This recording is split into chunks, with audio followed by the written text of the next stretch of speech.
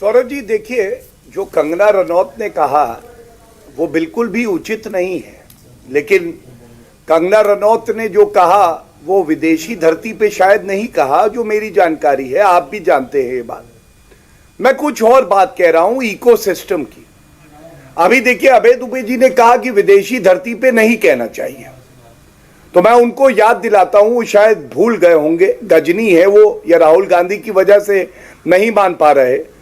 Berkeley गए थे राहुल गांधी, उन्होंने कहा भारत में असहिष्णुता बढ़ गई है, ये कहा। दूसरा, उनसे किसी ने पूछा सिंगापुर में कि आपके परिवार की वजह से भारत को नुकसान हुआ है, तो उन्होंने कहा डायनेस्टी इज द नॉर्म, वंशवाद से ही भारत चलता है।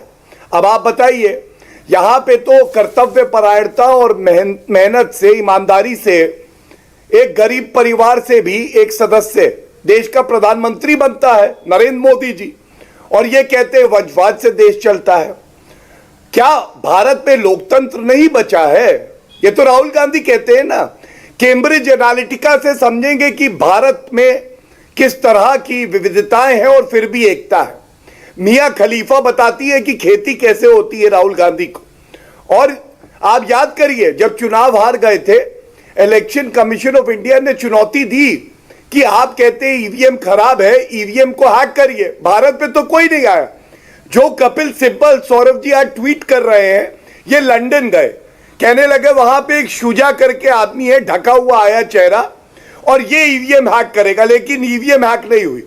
ये प्रयास क्या था आपको मालूम है कि श्री नरेंद्र मोदी जी के नेतृत्व में भारत आगे बढ़ रहा है, तो उसकी छवि धूमिल कैसे करें।